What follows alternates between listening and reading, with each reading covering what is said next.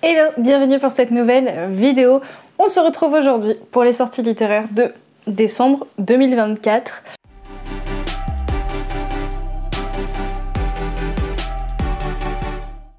Je dois dire que ces sorties littéraires ne clôturent pas l'année de la meilleure des manières, puisque j'ai pas été très... Alors, ça fait plusieurs mois que je vous le dis, mais je crois que c'est même pire que les mois précédents. Je vous ai quand même sélectionné quelques sorties, mais même en lisant les résumés, j'ai pas toujours été 100% convaincue. Il y en a qui ont l'air pas mal, donc j'ai mis les mieux, on va dire. Donc la première sortie, c'est Wild Sky de Zaya Feli, qui sort dans la collection Lost Kingdom de Bookmark le 4 décembre. Thoran Darika a quitté la garde aérienne de Valreus il y a 4 ans après la tragique bataille des ailes brisées où sa dragonne a trouvé la mort. Depuis, il aspire seulement à oublier son passé. Lorsque son ancien général lui demande de repousser les dragons sauvages de plus en plus agressifs, Thoran refuse catégoriquement. Mais un incendie dévastateur le force à retourner à Valreus, malgré lui. Déterminé à rester loin des dragons, sa résolution vacille lorsqu'un jeune homme aux yeux étincelants arrive de Sharoani, la terre des dragons sauvages. Kalai Rohani a passé sa vie à admirer les étoiles, tout en sachant qu'elles resteraient à jamais hors de sa portée. Accompagné de son dragon sauvage Flèche, il quitte les temples de Kel Vizal pour Valreus, en quête d'une vie meilleure. Grâce à ses connaissances sur les dragons, il devient responsable des archives de Valreus, obtenant en quelques heures tout ce qu'il a toujours désiré. Une maison, un travail et une raison de vivre.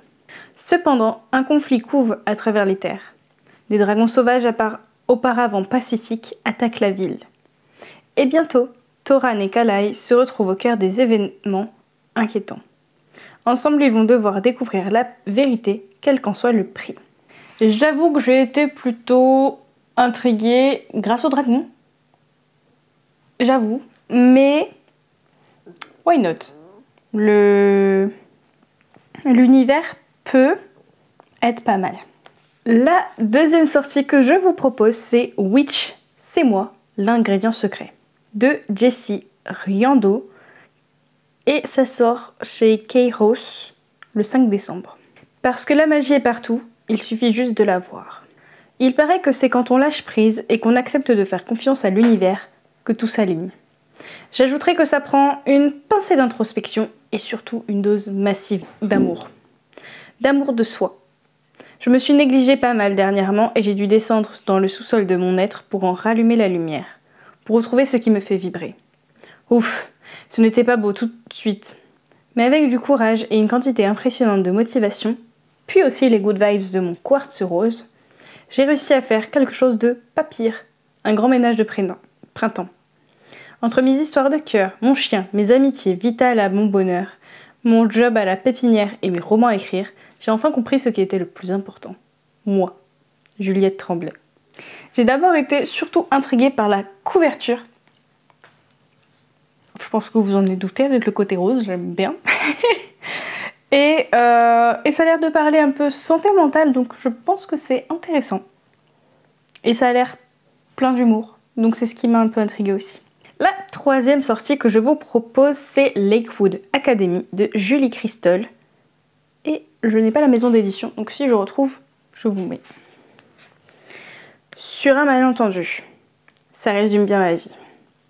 Ce matin, c'est la rentrée scolaire, je suis censée prendre mon poste de secrétaire à la Lakewood Academy, l'un des plus prestigieux campus de la région. Le standing est élevé, je me suis mise sur mon 31 en mettant au placard mes tenues extravagantes. C'est un nouveau départ pour moi, sans doute ma dernière chance pour revenir sur le droit chemin, avoir une vie bien rangée, des projets, un appartement, bref, une existence normale. J'aime l'aventure, l'inattendu, la liberté. Je déteste les responsabilités, l'ordre et les règles. Pourtant, je n'ai plus le choix. Il faut que je garde ce job, que je parvienne à prouver au monde entier qu'Ava Follet n'est pas une fille gaffeuse, bordélique et trop bavarde. Sauf que les malentendus, je ne connais que ça. D'un coup, quand je me retrouve propulsée dans cette classe remplie d'adolescents, que le professeur d'anglais dans la salle voisine est aussi sexy qu'agaçant, je réalise que le destin n'en a rien à faire de toutes mes bonnes résolution. J'aime bien le côté académie.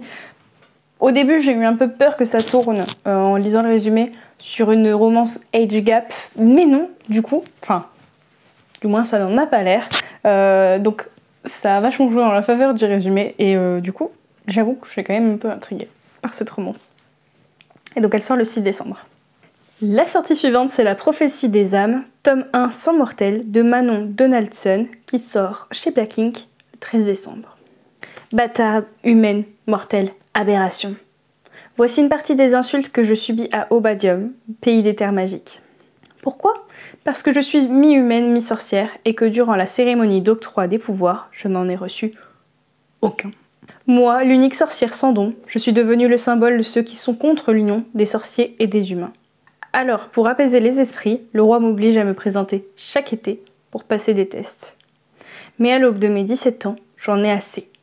Je suis déterminée à réclamer mon statut de simple humaine. Sauf que depuis que j'ai pris ma décision, je sens et vois des choses que jamais auparavant je ne distinguais. Notamment la présence aussi terrifiante que grisante des ténèbres qui contaminent la moindre de mes pensées. Peut-être parce que leur maître, le prince Stoker, l'un des 4 fils du roi, s'immisce la nuit dans mes rêves pour jouer avec mon esprit, me réclamant et désirant ma mort. Je lutte de toutes mes forces, mais mon âme, elle, lui succombe lentement. J'ai hésité à l'ajouter dans cette sélection parce que j'avais peur que ça tourne un peu sur un univers assez dark, mais j'avoue que je suis quand même vachement intriguée. Donc voilà, c'est tout. On passe déjà à l'avant-dernière sélection de cette vidéo. C'est Charming Cove, le tome 1, guide de magie pour sorcières modernes. Et ça sort dans la collection Romance paranormale de Bookmark le 23 décembre. Bienvenue à Charming Cove, un petit village pittoresque où la magie règne et où les familiers sont incapables de tenir leur langue. Je suis issue d'une longue lignée de sorcières, mais vous savez, l'exception qui confirme la règle, c'est moi. Je suis un désastre ambulant, le genre à lancer des sorts qui lui explosent à la figure. Voilà pourquoi j'ai établi mes propres règles. 1. Éviter toute forme de magie. 2. En cas de force majeure, éviter de participer à une compétition pour remporter la plus grande fortune magique d'Angleterre. Et surtout, 3.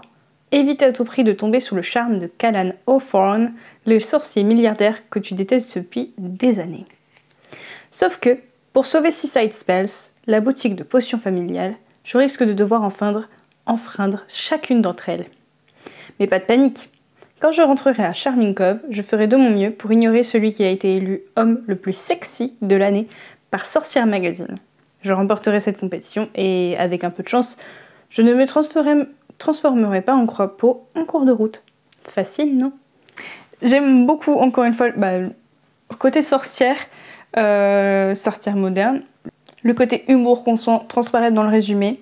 Donc j'avoue que celui-là, il fait partie de ceux qui m'intrigue le plus dans cette sélection.